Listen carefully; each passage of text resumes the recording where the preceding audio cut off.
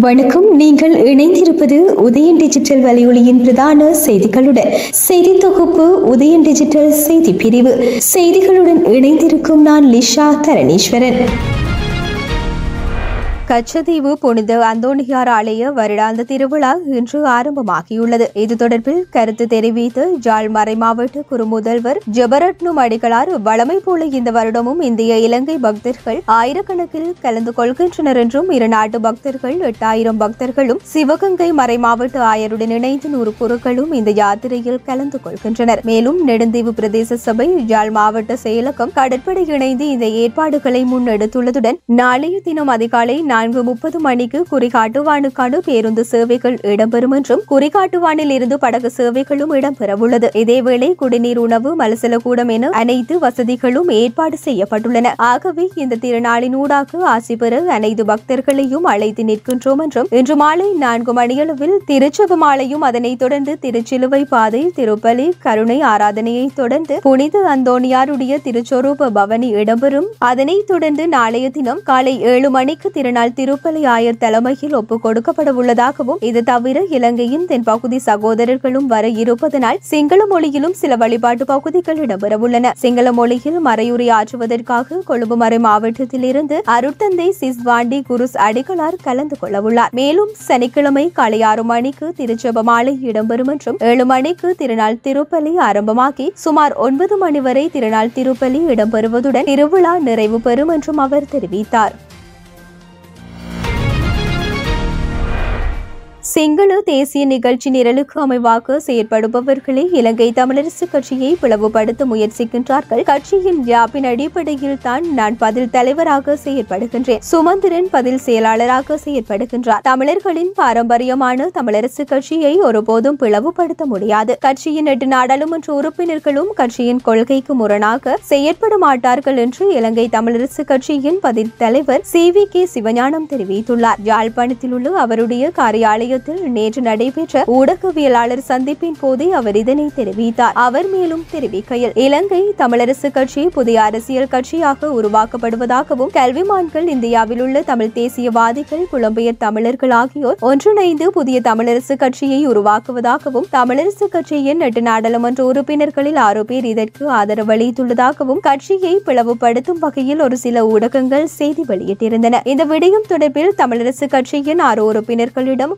பேச்சுவார்த்தையில் ஈடுபட்டேன். புதிய கட்சியை தோற்றுவிக்கும் சிந்தனை எவருக்கும் கிடையாது. பாரம்பரியமான இலங்கை தமிழரசு கட்சியை பிளவுபடுத்துவதற்கு ஒரு தரப்பினர்கள் போலியான செய்திகளை வெளியிட்டுக் கொண்டுள்ளார்கள். இலங்கை தமிழரசு கட்சியின் உறுப்பினர்கள் அனைவரும் கட்சிக்கு விசுவாசமாகவே உள்ளார்கள். தமிழரசு கட்சியை பிளவுபடுத்த முயற்சிப்பவர்கள் அனைவருக்கும் தமிழரசு என்ற சொல் தேவைப்படுகின்றது. தமிழ் மக்களுக்கு உள்ள பாரம்பரியமாக பலமிக்க அரசியல் கட்சியை பிளவுபடுத்த மேற்கொள்ளும் முயற்சிகள் ஒருபோதும் வெற்றி பெறாது. சிங்கள தேசிய நிகழ்ச்சி நிரலுக்கு அமைவாக செயற்படுபவர்களே இலங்கை தமிழரசு கட்சியை பிளவுபடுத்த முயற்சிக்கின்றார்கள். கட்சியின் ஜாப்பின் அடிப்படையில் தான் நான் பதில் தலைவராக செயற்படுகின்றேன். சுமந்திரன் பதில் செயலாளராக செயற்படுகின்றார். கட்சியின் ஜாப்புக்கு முரணாக நாம் இருவரும் பதவிக்கு வரவில்லை. மக்கள் மத்தியில் தவறான சித்தரிப்பை தோற்றுவிக்கவே ஒரு தரப்பினர் முயற்சிக்கிறார்கள். ஆகவே மக்கள் உண்மையை விளங்கிக் கொள்ள வேண்டும். தவறுகளை திருத்திக் கொண்டே செயற்படுகின்றோம். உள்ளூராட்சி மன்ற தேர்தலை சிறந்த முறையில் நிர்வகிக்கும் தலைமைத்துவம் எம்மிடம் உள்ளதால் கட்சியை இலகுபடுத்தி போலியான பிரச்சாரங்களை ஒரு தரப்பினர் முன்னெடுக்கிறார்கள். நடைமுறைக்கு சாதகமான பொறுப்பான சிந்தனைகளுடன் செயற்படுகின்றோம். நடைபெறவுள்ள உள்ளூராட்சி மன்ற தேர்தலில் சிறந்த முறையில் வெற்றி பெறுவோம். தற்போதைய தேர்தல் முறைமையின் பிரகாரம் இந்த அரசியல் கட்சியும் அறுதி பெரும்பான்மை பலத்தை பெறாது. தமிழ் தேசிய கொள்கையுடன் உள்ள தரப்பினருடன் பேச்சுவார்த்தையில் ஈடுபடலாம். அதில் பிரச்சனை ஒன்றுமில்லை. மாகாண சபை முறைமை அமல்படுத்தப்பட்ட காலத்தில் இருந்து மாவட்ட இணைப்பு குழுவின் இணைத் தலைவராக மாகாண ஆளுநர் பதவி வகித்துள்ளார். ஆனால் தற்போது இணைத்தலைவர் பதவி மாகாண ஆளுநர்களுக்கு வழங்கப்படவில்லை. ஆகவே எந்த அளவுக்கு அரசாங்கம் மாகாண சபை முறைமையை விரும்புகின்றது என்பதை இதனூடாக விளங்கிக் கொள்ள முடிகின்றது. இலங்கைக்கு வருகை தரவுள்ள இந்திய பிரதமரிடம் மாகாண சபை முறைமை மற்றும் இதர விடயங்கள் குறித்து கலந்துரையாட எதிர்பார்த்துள்ளோம் என்றார்.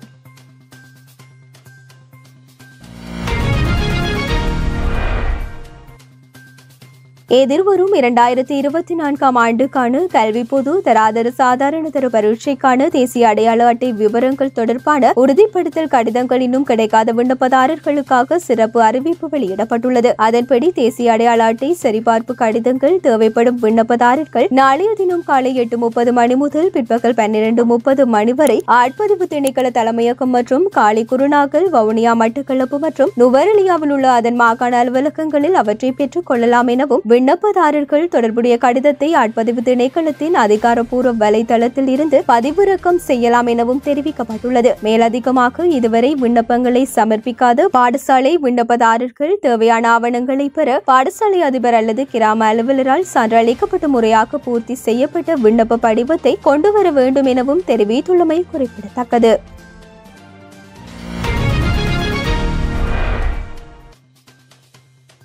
திருகோணமலை மூதூர் போலீஸ் பிரிவுக்கு உட்பட்ட தாகா நகர் பகுதியில் 2 வெட்டு காயங்களுடன் சடலமாக மீட்கப்பட்டுள்ளதாக போலீசார் தெரிவித்துள்ளனர். மூதூர் தாகா நகர் பகுதியில் ஸ்ரீதரன் தர்ஷினி என்பவருடைய வீட்டிலேயே இன்று அதிகாலை 4:30 மணியளவில் இந்த சம்பவம் இடம்பெற்றுள்ளது. சம்பவம் குறித்து தெரிய வருகையில் கணவர் வெளிநாட்டில் வசித்து வரும் நிலையில் 68 வயது ஸ்ரீதரன் ராஜேஸ்வரி மற்றும் அவரது பெரியம்மாவான 74 வயதுடைய சக்திவேல் ராஜகுமாரி ஆகிய இருவருமே வெட்டு காயங்களுடன் சடலமாக மீட்கப்பட்டுள்ளதாகவும் போலீசார் தெரிவித்தனர். மேலும் உயிரிழந்த ஸ்ரீதரன் ராஜேஸ்வரி என்பவரின் 15 வயது மகள் வெட்டு காயங்களுடன் மூதூர் தள மருத்துவமனையில் சேர்க்கப்பட்டுள்ளதாகவும் தெரிய வந்துள்ளது. குறித்த கொலை சம்பவத்தில் அவரும் இதுவரை கைது செய்யப்படவில்லை எனவும் தீவிர விசாரணைகளை மேற்கொண்டு வருவதாகவும் மூதூர் போலீசார் தெரிவித்துள்ளனர்.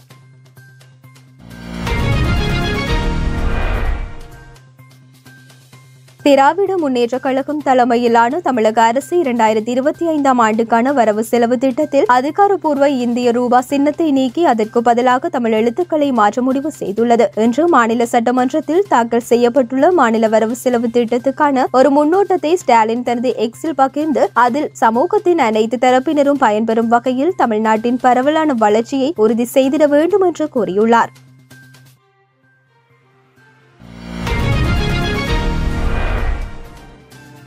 அமெரிக்காவில் உற்பத்தி செய்யப்படும் விஸ்கி மீது ஐரோப்பிய ஒன்றியம் விதிக்க திட்டமிட்டுள்ள வரிகளுக்கு பதிலடி கொடுக்கும் விதமாக பிரான்ஸ் மற்றும் பிற ஐரோப்பிய ஒன்றிய நாடுகளின் மதுபான பொருட்களுக்கு 200% வரி விதிக்கப் போவதாக அமெரிக்க ஜனாதிபதி டொனால்ட் ட்ரம்ப் எச்சரிக்கை விடுத்துள்ளார். இதுகுறித்து அவர் வெளியிட்டுள்ள பதிவில் அமெரிக்கா மீதான வரியை ஐரோப்பிய ஒன்றியம் உடனடியாக நீக்காவிட்டால் பிரான்ஸ் மற்றும் பிற ஐரோப்பிய ஒன்றிய பிரதிநிதித்துவ நாடுகளில் இருந்து வரும் அனைத்து வைன்கள், சாம்பெயின்கள் மற்றும் மதுபான பொருட்களுக்கும் அமெரிக்கா விரைவில் 200% வரி விதிக்கும் என குறிப்பிட்டுள்ளார். டிரம்பின் இந்த அறிவிப்பு உலகளவில் பெரும் பேசு பொருளாகியுள்ளதுடன் முன்னதாக கனடாவில் இருந்து இறக்குமதி செய்யப்படும் பொருட்களுக்கு 25% வரி விதிப்பை அமல்படுத்த போவதாக அமெரிக்க ஜனாதிபதி டொனால்ட் ட்ரம்ப் அறிவித்த நிலையில் அமெரிக்காவினால் முன்வைக்கப்பட்டுள்ள இந்த அழுத்தத்திற்கு ஒருபோதும் கனடா அடிபணிய போவதில்லை என கனடாவின் புதிய பிரதமர் மார்க் கார்னி தெரிவித்திருந்தமை குறிப்பிடத்தக்கது.